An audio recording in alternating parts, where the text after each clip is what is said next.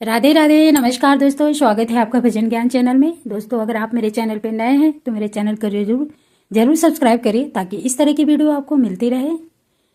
दोस्तों, मैं माघ महात्म की 10 अध्याय कथा डाली हूँ, अवश्य आप सुनिएगा उसे। और मैं 10 अध्याय और एक साथ डाल रही हूँ।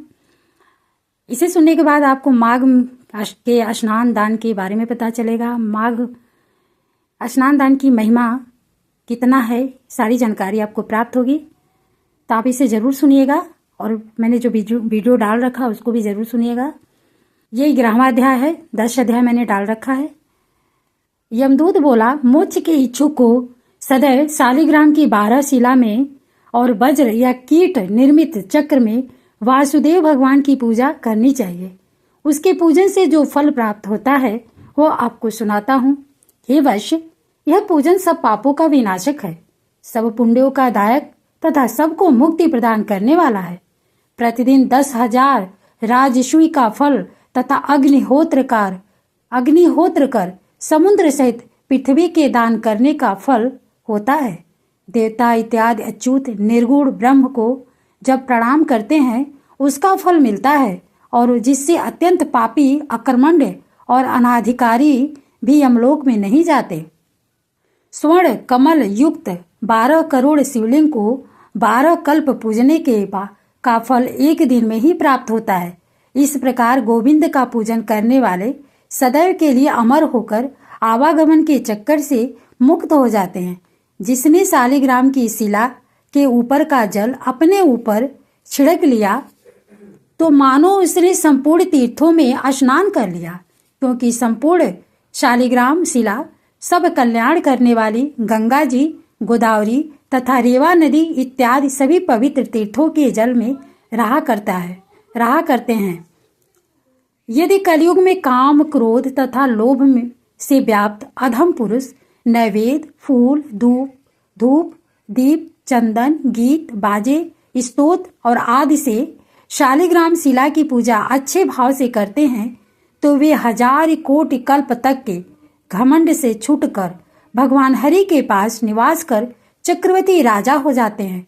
जहाँ शालिग्राम शिला रूप में भगवान केशव उपस्थित रहते हैं, वहां पर देवता, असुर, यज्ञ और 14 लोकों का निवास होता है।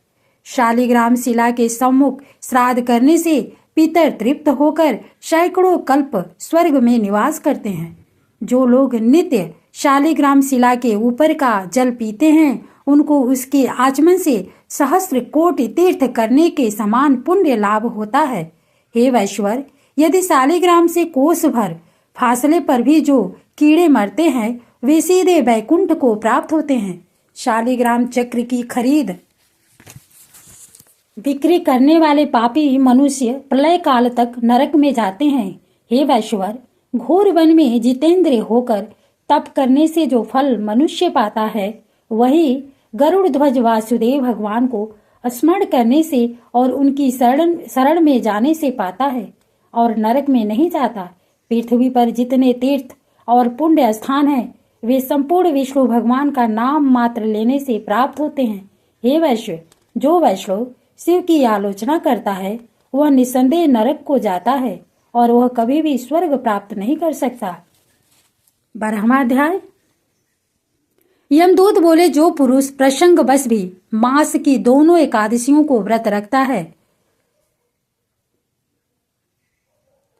यह यम के दूतों को कदापि प्राप्त नहीं करता और तीनों लोकों में भी उसके समान कोई शुद्धात्मा पुरुष नहीं होता। एकादशी पाप नाशक भगवान पद्मनाभ के दिन मनाई जाती है। जब तक मनुष्य एकादशी उपवास नहीं करता तब तक उसके शरीर में पाप व्याप्त रहते हैं। हजारों अश्वमेघ और सैकड़ों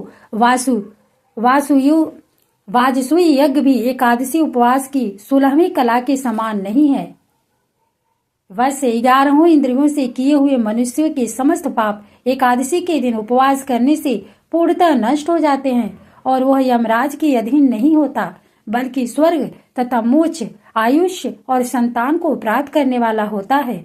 हे वैश्य, गंगा, गया, काशी, पुष्कर, कुरुक्षेत्र, यमुना तथा चंद्रभागा आदि तीर्थ भी हरि भगवान के दिन यानी एकादशी व्रत के समान नहीं है।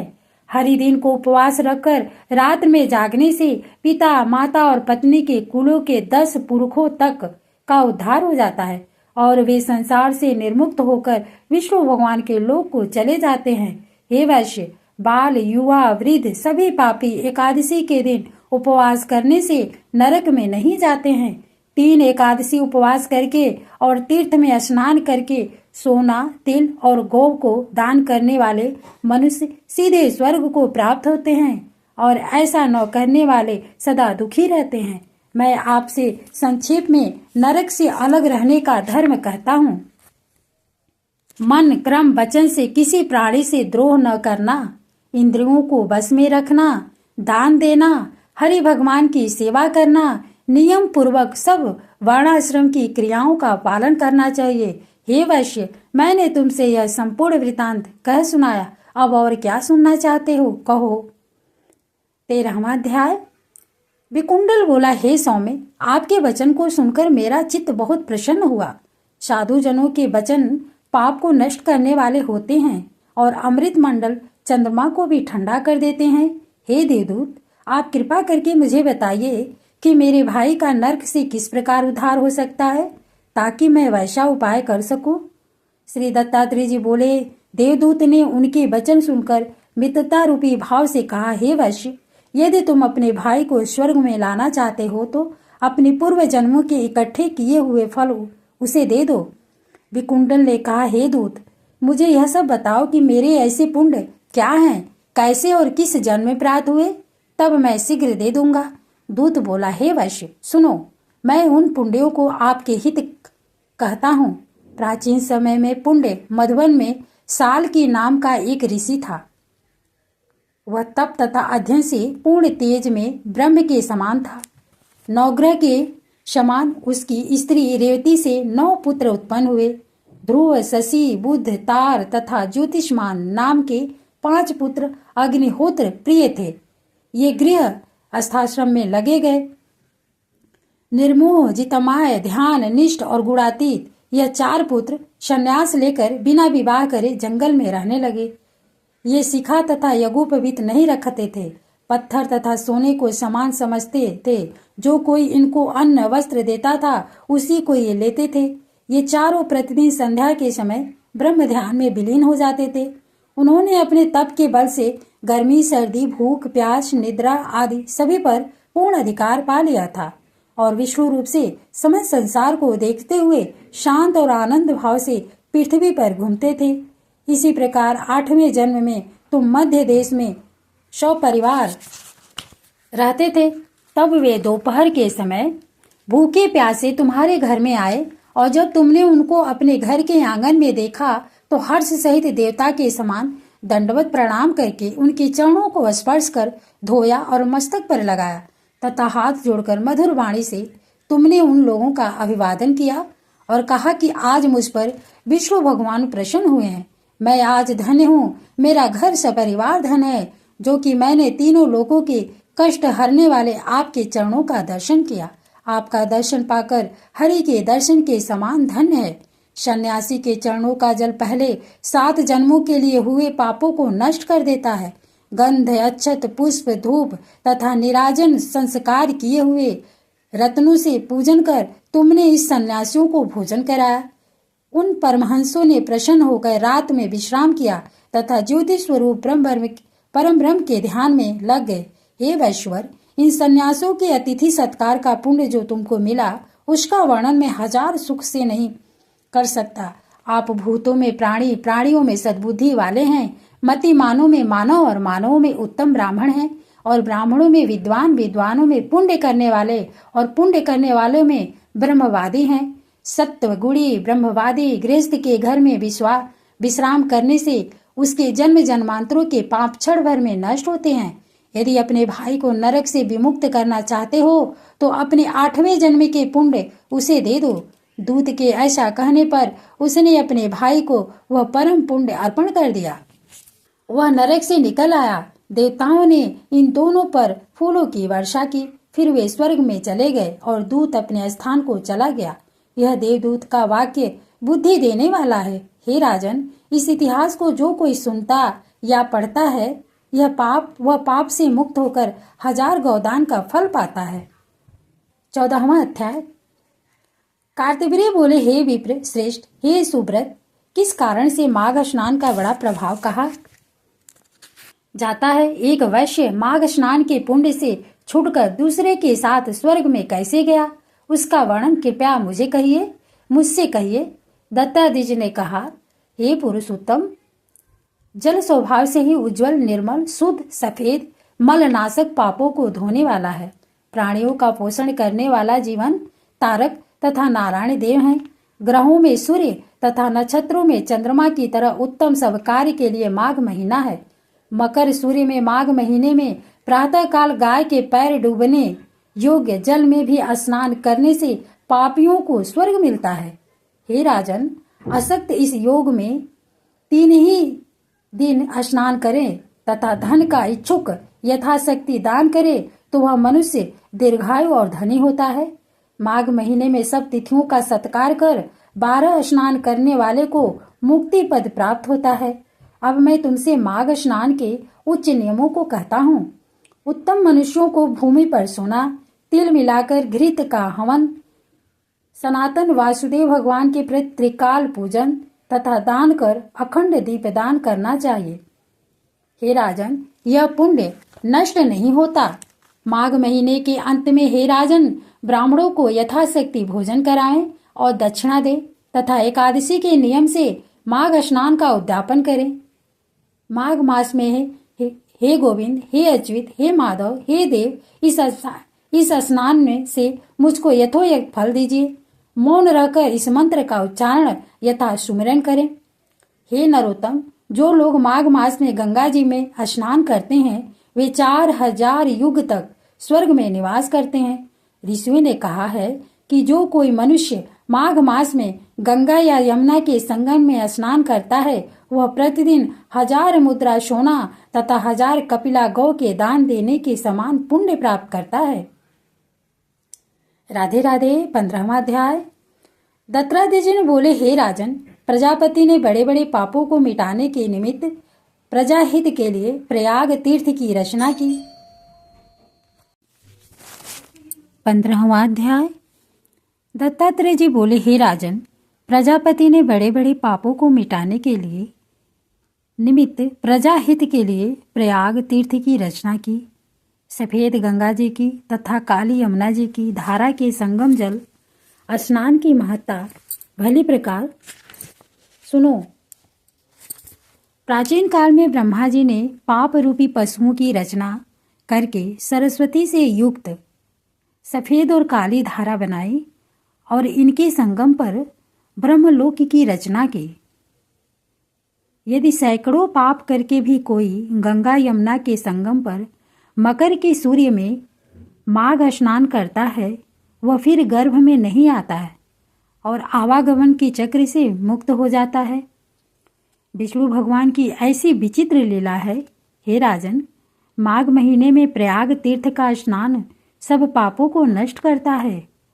देदीप्यमान लोकों में अनेक भोगों को भोग कर मनुष्य परम ब्रह्म में लीन होता है। उसके पुण्यों की गिनती चित्रगुप्त अच्छी तरह नहीं जानते। 100 बरस तक निराहार रहकर योगाभ्यास करने के बराबर फल माघ मास में प्रतिदिन स्नान करने से प्राप्त होता है।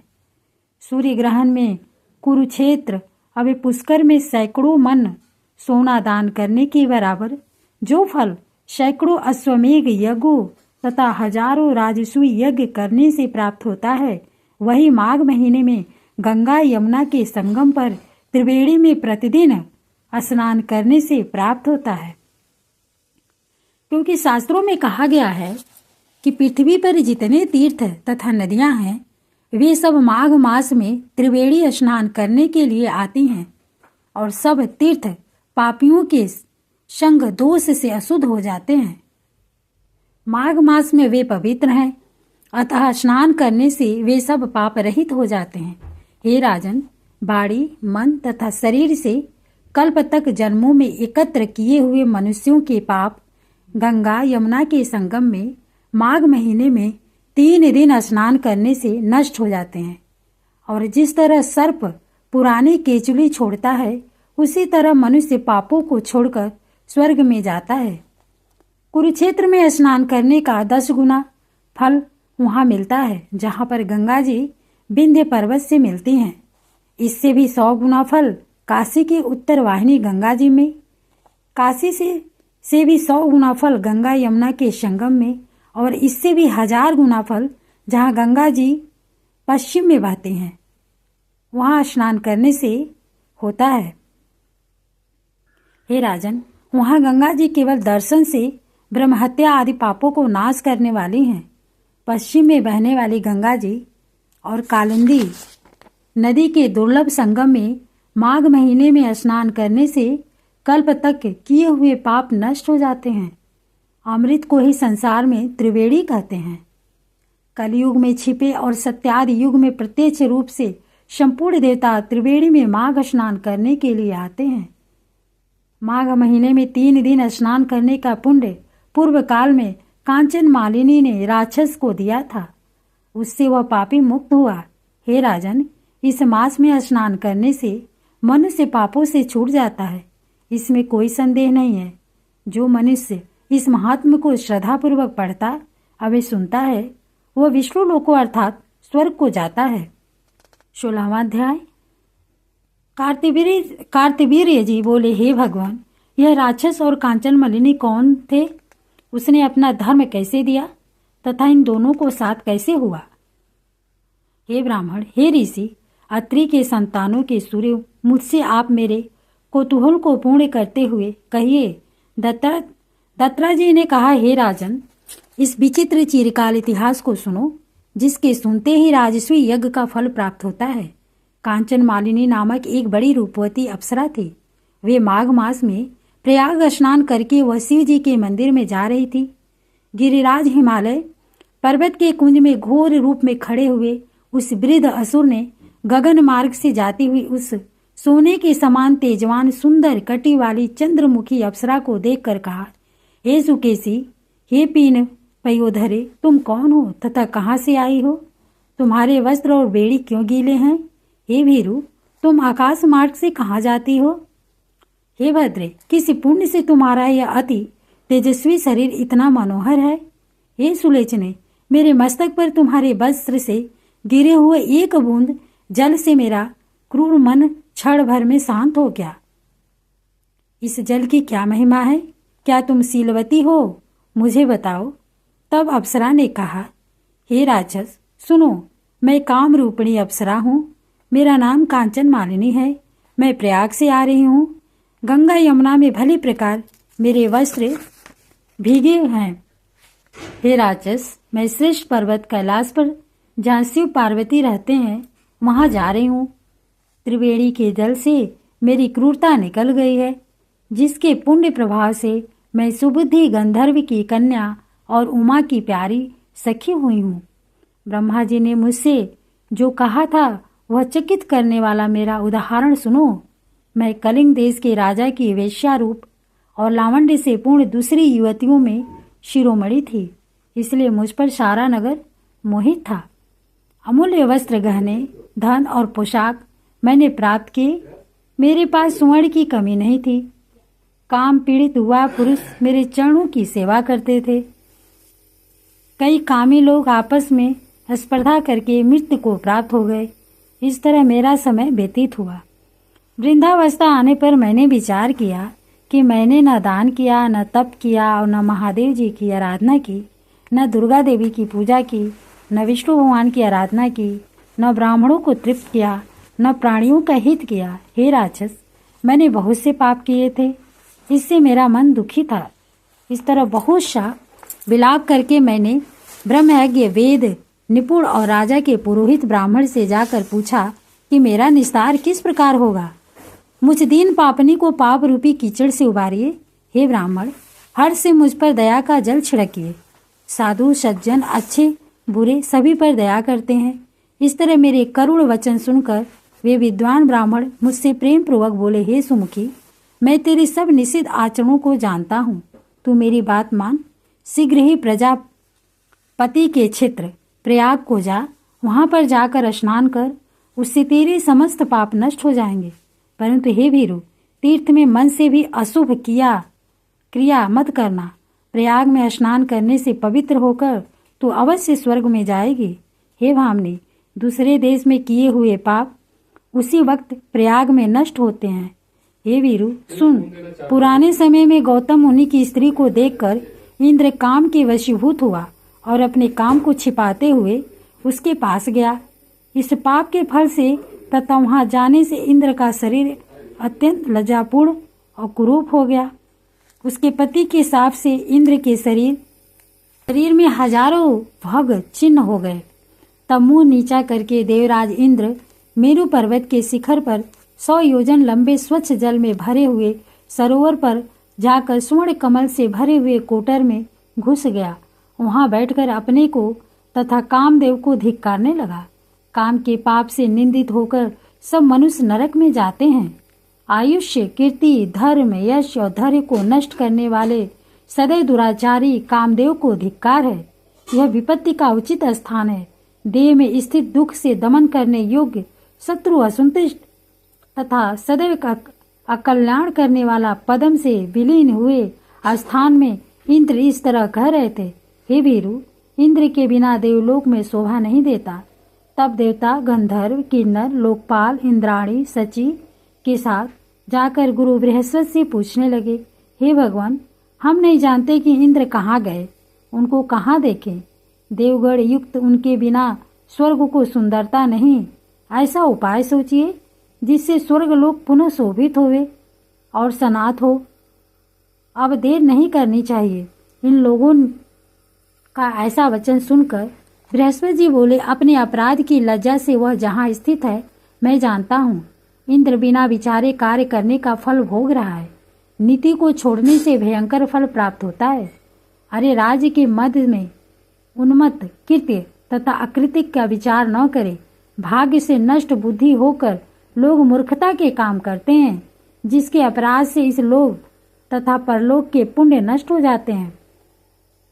जहाँ पर इंद्र था वहाँ पर सब मनुष्य गुरु बृहस्पति को लेकर चले। उस बड़े सरोवर पर इंद्र को देखकर उनको मुग्ध करने लगे, जिससे ज्ञान होने पर और गुरु बृहस्पति के समझने पर कमल कलियों से इंद्र निकले। वे मुख कलिन कुरूप थे, उनकी आंखें लज्जा से बंद थी। इंद्र ने गुरु बृहस्पति के चरण पकड़कर कहा, हे गुरुदेव, इस पाप से मेरा उद्धार होने का उपाय कहिए। इंद्र के वचन सुनकर बृहस्पति ने कहा, प्रयाग में स्नान करते ही तुम पाप से छूट जाओगे। हे इंद्र, चलो तुमको लेकर हम लोग वहाँ चले। तब पुरोहित को साथ लेकर इंद्र वहाँ गए और प्रयाग तीर्थ में स्नान करके शीघ्र ही पापों से छूट गए।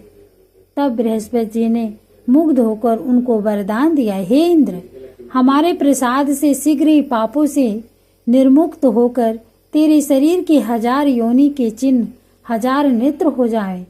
सचीपति इंद्र गुरु बृहस्पति के वरदान से 1000 नेत्रों से ऐसा सुशोभित हुआ जैसे मान सरोवर कमलों से शोभायमान होता है।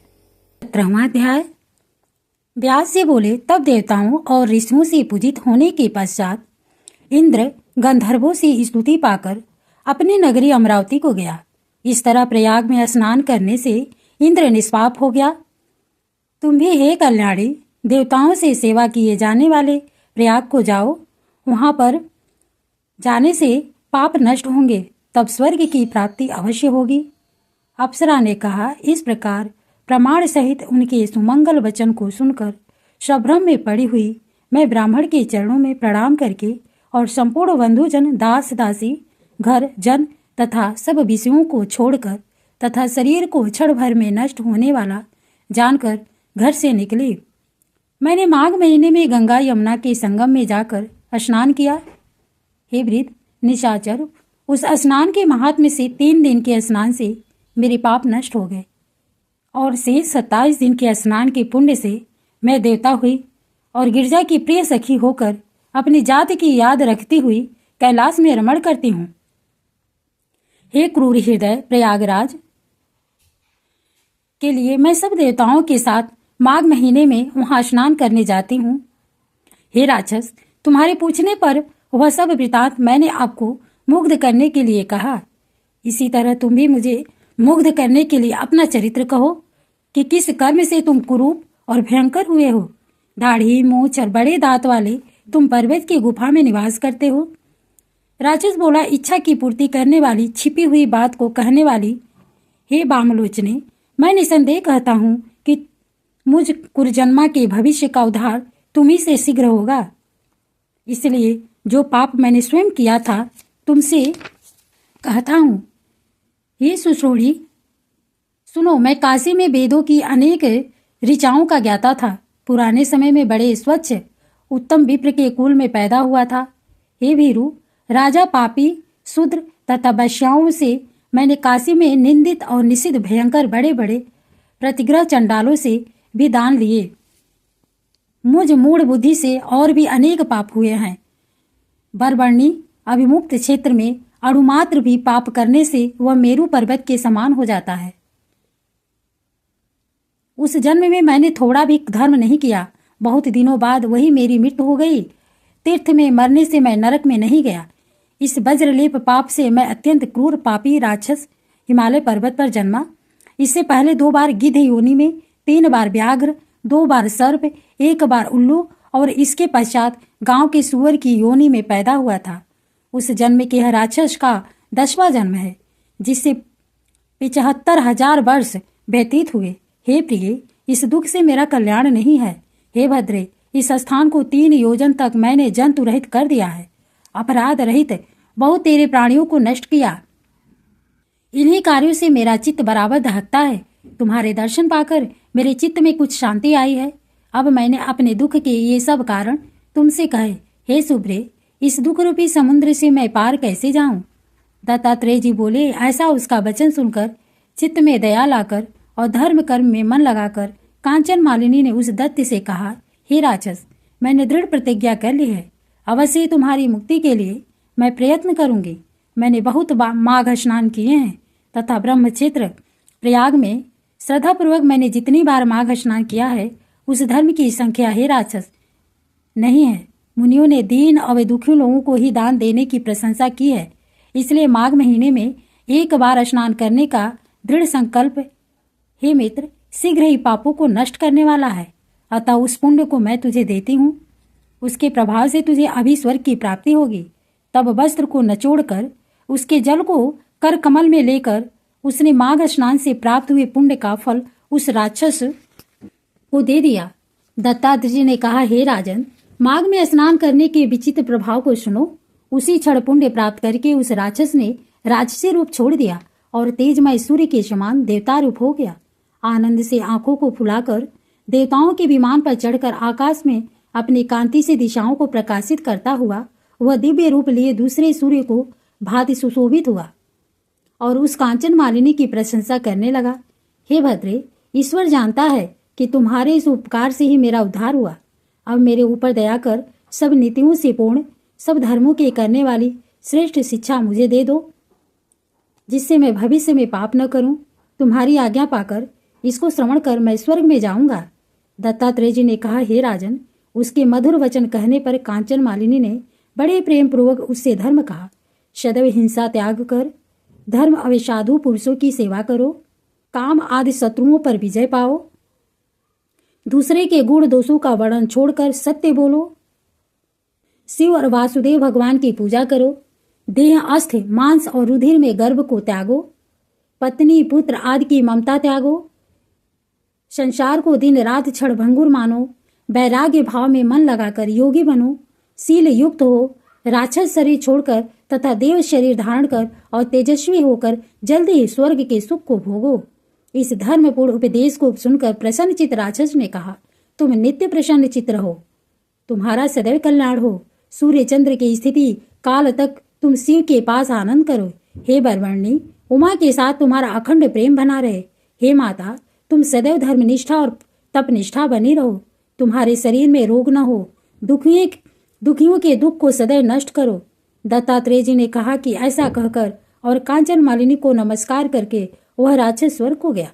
तब देव कन्याओं ने वहां आकर खुश होकर कांचन मालिनी के मस्तक पर पुष्पों की वर्षा की तथा उसको छाती से लगाकर कहा, हे भद्रे, तुमने राक्षस का विचित्र उद्धार किया। इस दुष्ट के डर से कोई भी इस वन में घुस नहीं सकता था। अब हम लोग निडर होकर यहाँ पर आनंद पूर्वक विचरेंगे। दत्तात्रेय जी ने कहा, हे राजन, वो परोपकारिणी गंधर्व कन्या कांचन मालिनी उनके वाक्य सुन कर प्रेम पूर्वक इनके साथ क्रीड़ा करती हुई शिव के स्थान हो गई। वर कन्याओं से कहे इस संवाद को जो मनुष्य भक्ति पूर्वक सुनता है, इसको राक्षसों का भय नहीं होता और उसकी बुद्धि धर्म में होती है। आगे की कथा 18वां अध्याय। वशिष्ठ जी बोले, मैंने दत्तात्रेय जी से कहा हुआ माघ महात्मा कहा। अब मैं माघ महीने के स्नान से उत्पन्न फल को, जो यज्ञों में उत्तम शब्दानों का फल देने वाला और सब व्रत अवे तपों के समान है, कहता हूँ। हे राजन, माघ स्नान से मनुष्यगण पवित्र हो दोनों मातृपितृ कुलों के पितरों सहित स्वेच्छाचारी उत्तम सुंदर विमानों पर चढ़कर स्वर्ग को जाते हैं। जो माघ महीने में नदी में सूर्योदय काल का स्नान करता है, वह पिता तथा माता के वंश के समस्त मनुष्यों का उद्धार करके सुंदर माला लेकर स्वर्ग को जाता है। सदा के पापी, दुराचारी और कुकर्मी मनुष्य भी माघ के स्नान और हरि की पूजा करने से पाप के बड़े समुदाय से निर्मुक्त होकर भगवान के समान शरीर वाले हो जाते हैं। पाखंडी मनुष्य भी प्रयाग में माघ के महीने में 3 दिन स्नान करने से सज्जनों की गति को प्राप्त होते हैं। संसार में पुण्य तीर्थों में माघ महीने का स्नान मनुष्यों को अत्यंत श्रेष्ठ है। इससे मनुष्य ब्रह्मवेत्ताओं की दशा को प्राप्त होता है, इसमें कोई संदेह नहीं है। हे राजन, माघ में तप, दान, जप और हरि भगवान की पूजा ये सब अच्छे होते हैं। माघ के स्नान समय अन्न दान करने वाला स्वर्ग में अमृत पीता है। स्वर्ण दान करने वाला इंद्र के पास जाता है। दीपक, अग्नि और वस्त्र दान वाला मनुष्य कांति युक्त हो सूर्य लोक में वास करता है। माघ में स्नान करके जो भगवान की पूजा करते हैं, वे स्वर्ग से लौटकर राजा होते हैं तथा दिव्य स्वरूपवान, भाग्यवान, मधुर बोलने वाले, धर्म युक्त, बड़े धनी और 100 वर्ष की आयु वाले होते हैं। शरीर, बाड़ी और मन से जाने या बिना जाने हुए संपूर्ण पाप किसी उत्तम तीर्थ में माघ महीने में स्नान करने से नष्ट हो जाते हैं। गंधर्व की कन्या पुराने समय में राजा के शाप से पाप के फल को भोगती हुई लोमस ऋषि के वचन से माघ महीने में स्नान कर पाप से छूट गई। यह आश्चर्य है। राजा दिलीप ने यह सुन गुरु चरणों में प्रणाम करके बड़ी श्रद्धा से पुरोहित से पूछा, हे भगवान, कन्याओं को कहाँ से शाप मिला? वे कन्याएं किसकी थी? उनके क्या नाम थे और उनकी क्या उम्र थी? किस तरह वह लोमस ऋषि के वाक्य से पिशाची शाप से मुक्त हुए? उन्होंने माघ महीने में कहाँ स्नान किया और संख्या में कितनी थी? वशिष्ठ जी ने कहा, हे राजन, इस धर्मपूर्ण और संतान को पैदा करने वाली अपूर्व कथा को सुनो। सुख संगीत नाम के गंधर्व की कन्या विमोहिनी थी। सुशील की कन्या सुशीला, स्वरवेदी की कन्या सुस्वरा, चंद्रकांत की कन्या सुतारा तथा सुप्रभ की कन्या चंद्रिका थी। हे राजन, ये सुंदर नाम इन अप्सराओं के थे। ये 5 कन्याएं नित्य भोग करने वाली स्त्रियों के समान सदैव शोभायमान थी। चंद्रमा के समान स्वच्छ अमृत रस युक्त थी। माता पिता की लाडली ये कन्याएं कुबेर के स्थान में विचरती थी। कौतुक से एक बार 5 मिलकर माघ महीने में एक जंगल से दूसरे जंगल में मंदार के फूल तोड़ती हुई गौरी की पूजा के लिए सुंदर जल वाले सरोवर पर गई। कमलों को लेकर उज्जवल स्फटिक युक्त सरोवर में स्नान कर मौन धारण किए हुए उस स्थान की सुनहरी रेत से उन्होंने उमा की मूर्ति बनाई और चंदन, कपूर, कुमकुम और सुंदर कमलों से इस मूर्ति का भक्ति से पूजन करके ताल देकर नृत्य करने लगे। जब ये कन्याएं रसीले सुर में गा रही थी और नाचने में लीन थी, उसी समय उत्तम तीर्थ अच्छोद में वेद निधि मुनि के पुत्र अग्निप ऋषि स्नान को गए।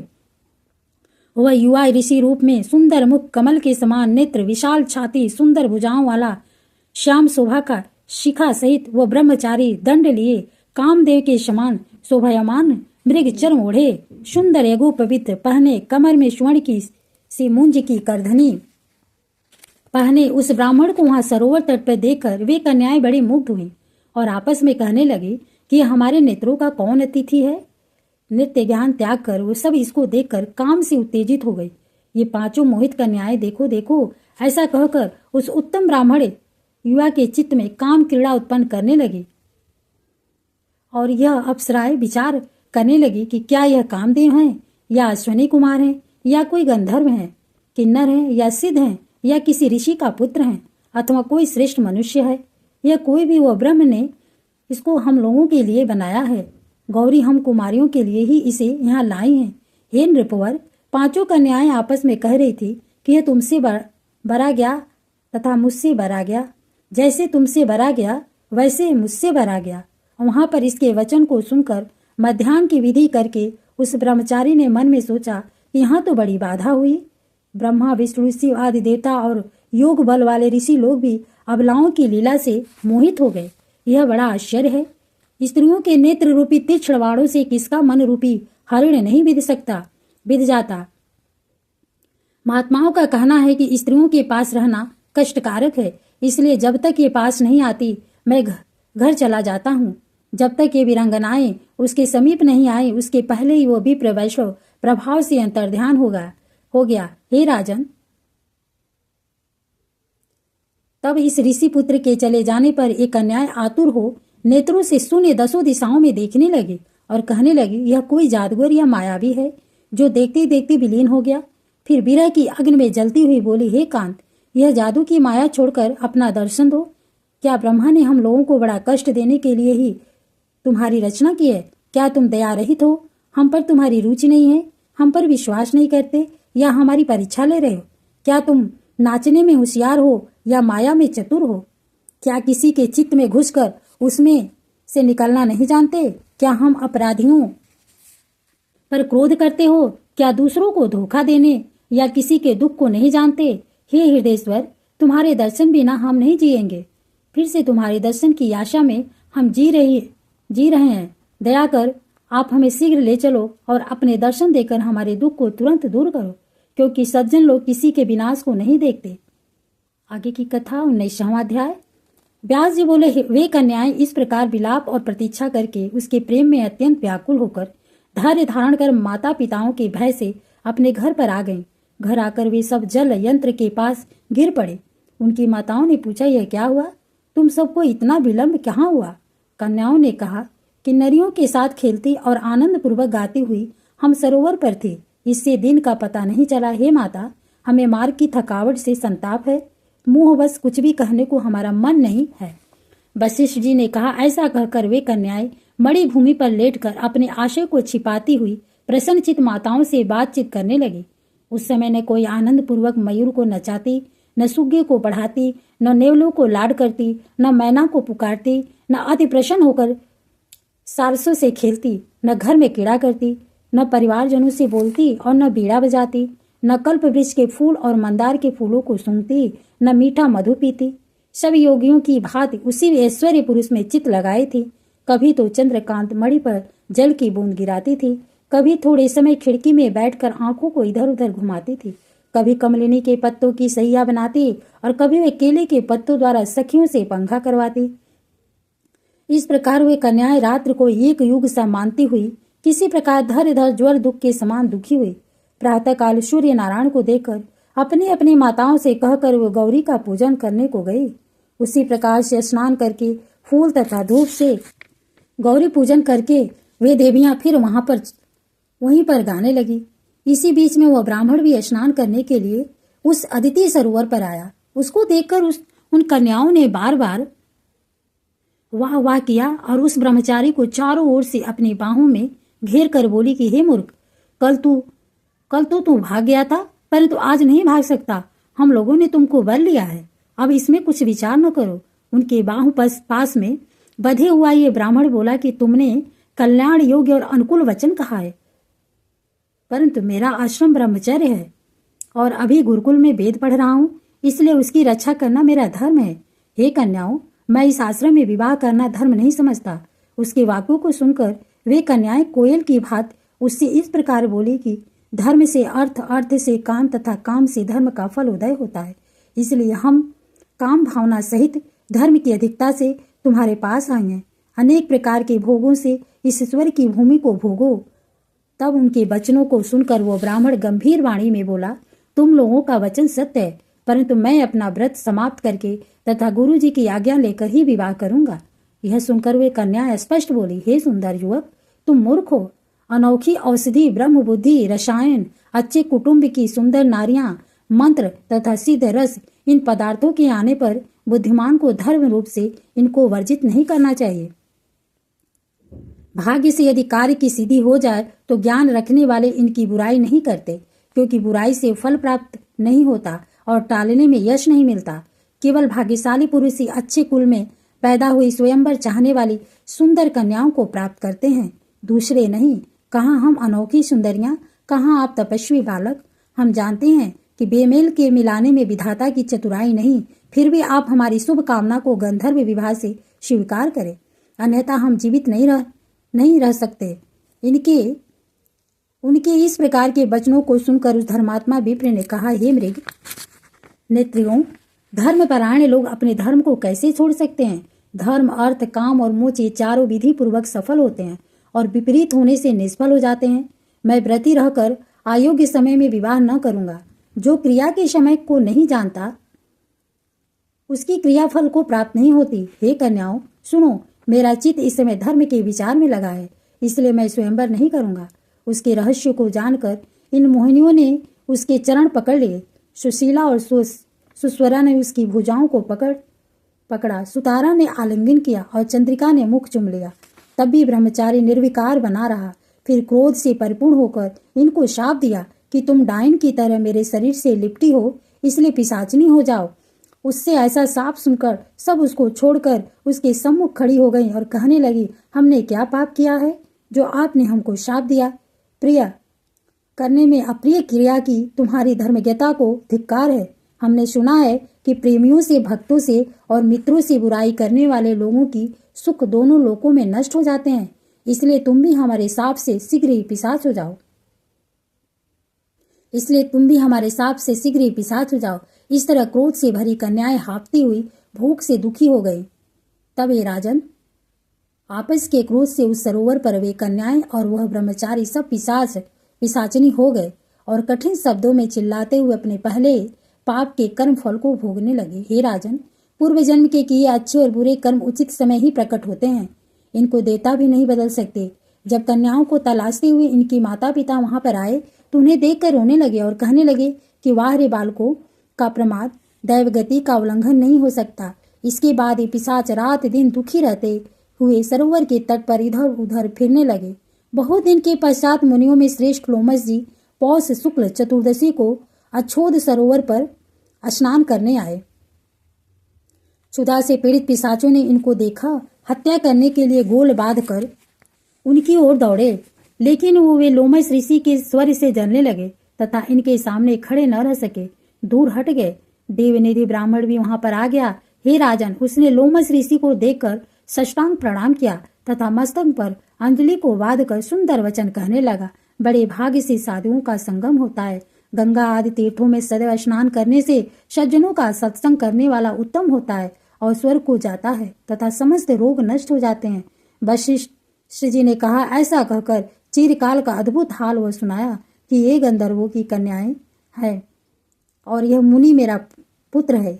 हे मुनिवर, सभी साप से मोहित होकर मुख नीचा किए आपके सन्मुख खड़े हैं।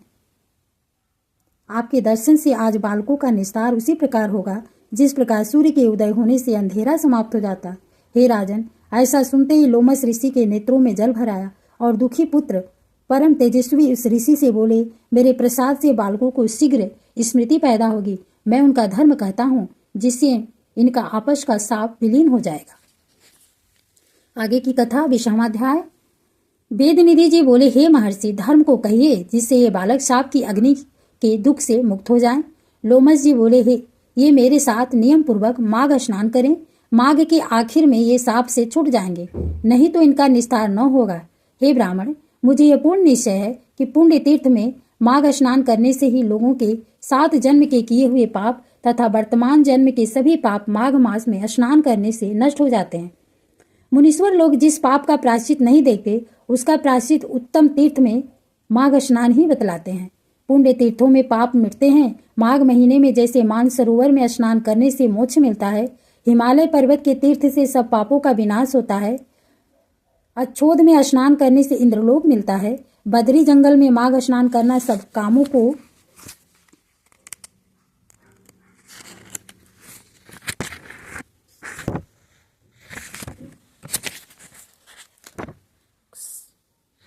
देने वाले, मोक्ष प्रदान करने, पाप तथा दुखों को दूर करने वाला और सब फलों का देने वाला है। नर्मदा नदी का माघ स्नान पाप नष्ट कर इंद्रलोक प्रदान करने वाला और यमुना नदी का स्नान पापों को नष्ट कर सूर्यलोक प्रदान करने वाला है। सरस्वती नदी का जल पाप नष्ट कर ब्रह्मलोक के फल प्रदान करने वाला है। हे द्विजवर, विशाल नदी में माघ स्नान का परम फल होता है। यह पाप रूपी ईंधन का दवानल है और गर्भ के कारण पुराने कर्मों को नष्ट कर देता है। गंगा जी में स्नान करने से विष्णुलोक और मोक्ष प्राप्त होना निश्चित है। सरयू, गंडक, सिंधु, चंद्रभागा, कोसकी, ताप्ती, गोदावरी, भीमा, पयुष्णी, कृष्णा, वेणी, कावेरी, तुंगभद्रा और अन्य समुद्र में गिरने वाली नदियों में माघ महीने में स्नान करने से लोग निष्पाप होकर स्वर्ग में जाते हैं। नैमिषी नारायण में स्नान करने से विष्णु भगवान की समान रूपता, पुष्कर में स्नान करने से ब्रह्मा का सामीप्य तथा कुरुक्षेत्र में माघ महीने में स्नान करने से इंद्रलोक की प्राप्ति होती है। हे ब्राह्मण वेदहत, मैं माघ स्नान करने से योग सिद्धि का फल प्राप्त होता है। मकर के सूर्य में प्रभाव तीर्थ में स्नान करने से रुद्रगण होता है। प्रतुदक में माघ स्नान करने से वैष्णोपद को, देवकी में माघ स्नान करने से मनुष्य देवता का शरीर प्राप्त करता है। गोमती में माघ स्नान करने से दोबारा जन्म नहीं होता। हेमकूट, परम काल, ओमकारेश्वर और अमरकंठ में नीलकंठ तथा अर्बुद में माघ स्नान करने से इंद्रलोक प्राप्त होता है। हे ब्राह्मण, मकर की संक्रांति के सूर्य में सब नदियों में स्नान करने से लोगों की सब इच्छाएं पूर्ण हो जाती हैं। प्रयाग में माघ स्नान बड़े भाग्य से प्राप्त होता है, जहां स्नान करके मनुष्य गर्भ के दुख को नहीं देखते तथा विष्णु के पास रहते हैं। राजसूय और अश्वमेघ यज्ञ के फल से भी बढ़कर माघ स्नान से फल होता है। ये तो संपूर्ण पापों को सहज में नष्ट करने वाले उस प्रयाग स्नान को क्यों न काम में लिया जाए।